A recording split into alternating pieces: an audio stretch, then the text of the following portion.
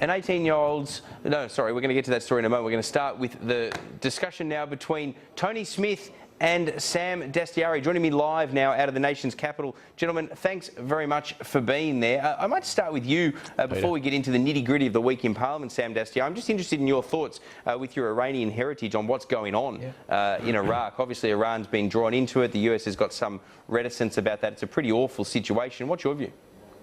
Yeah, look, I mean, I think it is pretty awful, and I think what worries me is, you look at some of the horrible elements of the Islamic regime in Iran, and any situation where they're able to solidify their position in that region, I think has to be worrying. You're in it with a situation where the Iranian regime and the Islamic regime in Iran, which let's be clear here, is one of the most despotic, awful regimes anywhere in the world, is getting anything that's going to result in them getting an increased foothold, should be worrying for everyone. So should America be going in? Look, I'm not sure that going in is necessarily the right approach, and I don't think that that's certainly that's obviously a debate that's being held in certain places at the moment. I'm not sure that's necessarily the answer, but I don't think doing nothing is the answer either. Look, if there's ways of doing things in a targeted manner, then certainly I think that is what the Americans are, and they're quite open about the fact that that's what they're looking at. But look, let's be clear about this, right? These are some really horrible regimes, and nobody wants a situation, even those who may have been critical about the Iraq war at its inception. Nobody wants a situation where the political pressure that is currently on the Iranian regime, particularly in the area of nuclear proliferation, is reduced. Tony Smith, there has been some suggestion, though, despite what the Senator says there, coming from sections of the commentariat as well as some sections of the political class as well, that somehow John Howard, Tony Blair, George W. Bush, it's their fault because of the actions in Iraq previously, all those years ago, for what's happening in Iraq now. What's your reaction to that? Look, I think my reaction to that is, I mean, the events of 10 years ago, people can debate those, but we're dealing with what's a very volatile part of the world that's become more volatile in a number of countries for a whole range of reasons. And I think the Prime Minister summed up the situation best today when he said it was a witch's brew. And it's important that things be analysed with our allies very carefully, because you don't want to make things worse by taking precipitous action. And the awful thing, Peter, that Sam touched on, of course, is we're seeing these just horrific images that you wouldn't have seen in previous conflicts. It's just a feature of social media and the world we live in. Yeah, that's true. Well, we're going to move on now to domestic politics, not quite on the same scale, obviously, but let me ask you about something, Tony Smith. Some tweets that are coming in from one of our viewers, Tom, out of Western Australia. I know he's a young Liberal.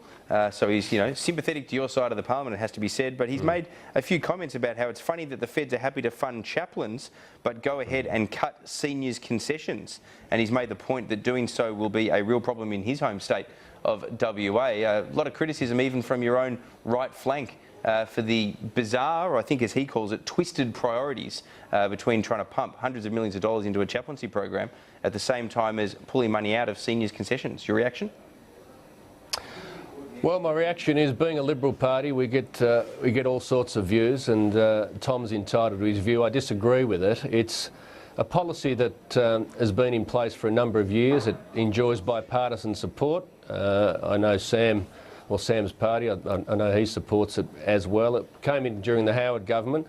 It wasn't dreamt up by the bureaucracy or some minister, I've got to say. It was driven by the backbench. People like Greg Hunt and Andrew Laming at the time pushed this very hard about pastoral care in schools. And I'd say out there on the ground, when you're talking to school principals and school communities, it's very, very well-received program. It really has been, even from principals, I've got to say, who weren't supporters until they saw the benefits of it. So it's been there for a number of years, and it does have bipartisan support. See, let me ask you, tripartisan support. I know the Greens don't support it, but Sam Dastyari, from your perspective, I mean, I think a lot of people, and I've seen the reaction on Twitter to the school chaplaincy program, people that defend it really are talking about the pastoral care side of it, but it's the link to the religion, the specific elements of religion that go with it, that I think makes some people uncomfortable. What's your reaction?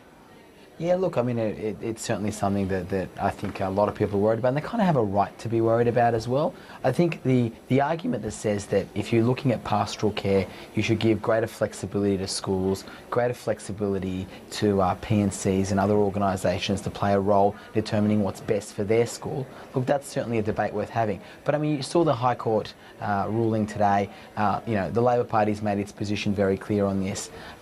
You know, that is actually quite worrying, because the issue that the Labor Party has had with this policy as it's been implemented by this government hasn't been whether or not its legality or whether or not, you know, it's High Court proof. Has been about, well, is there a better way of doing it where you give greater flexibility and greater choice? And that's a political debate that, you know, we should have. This idea of what happened today about the High Court ruling, and, you know, it's going to take a few days for the dust to settle and people to work out what the ramifications are. But the ramifications of this can actually be quite significant. I want to get to the paid parental leave scheme before we run out of time. Let me start with you, Tony Smith. With the new senators taking their seats in just a few weeks' time, it's more likely, I think, in that sort of parliamentary structure, it would seem that the Prime Minister will get his way on the paid parental leave scheme. A lot of dissent, though, on your side of the parliament. Your own senators, coalition senators, talking about crossing the floor. What's your reaction to that? It's often been spruiked as a right that Conservatives have, compared, you know, in a different way to what Labor does. Oh, well, that's true. I mean, in the Liberal Party, we are more flexible than the Labor Party when it comes to crossing the floor. I've got to say it's never encouraged. But the point I'd make, Peter, is this has been settled policy for the last 2 elections. And I'm a supporter of the policy. I mean, it seeks to enshrine a principle that when you're on paid parental leave, you get paid your wage. And I think the thing that Labor are conveniently airbrushing away from their history at the moment is they invented this principle. In fact, Gough Whitlam had it in his 1972 policy speech and went on to legislate just that principle, but of course, as we know, just for public servants. So if you're an accountant working in the finance department here in Canberra, you get paid parental leave on your full wage, but if you're in a suburban business, you don't. In fact, if you work in the small business department, you get paid parental leave at your wage, just as you do with sick leave and holiday pay. But if you actually work in a real small business, you don't. And that principle was started by Labor. It's something that Tony Abbott's trying to enshrine as a fairness measure, but of course Labor want to have a deliberately discriminatory policy on this. All right, and they shouldn't be allowed to get away with it. Sam Destiero, I want to take you to another issue before we run out of time. Last question on this. We've got a situation where Mark Butler told me on Australian Agenda, where he seemed to suggest that there was room for movement between now and the next election on whatever it is that Labor might take as its climate change policy. It wouldn't necessarily be an ETS. There would be a deliberative discussion surrounding what Labor would do. That sounds to me like a bit of a crab walk away, perhaps, from your current position on the ETS as the replacement, the necessary replacement to the carbon tax.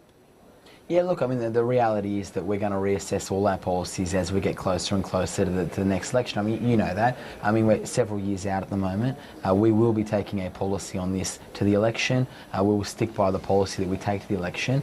And in the next couple of years, there's going to be a debate. But it may not be an ETS.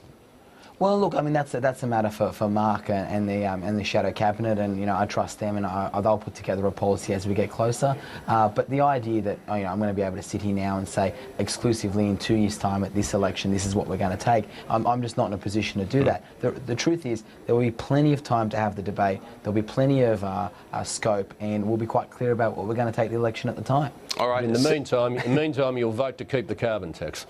Well, look, we took a policy to the last election, and we're going to maintain it. Look, I think it's going to be quite interesting. You mentioned earlier, Peter, about the Senate. I mean, I spent the last. There's one more week left of this Senate, and it feels a bit like waiting for Godot, because we're all kind of sitting there waiting for these new people to arrive, and it's going to be a very, very interesting place. It's going to be an interesting place, right? It's going to be a debacle, and we look forward to it here in the media. It's going to be fun to cover. But we are out of time tonight. Sam Dastiari and Tony Smith, appreciate both of your time. Thanks very much.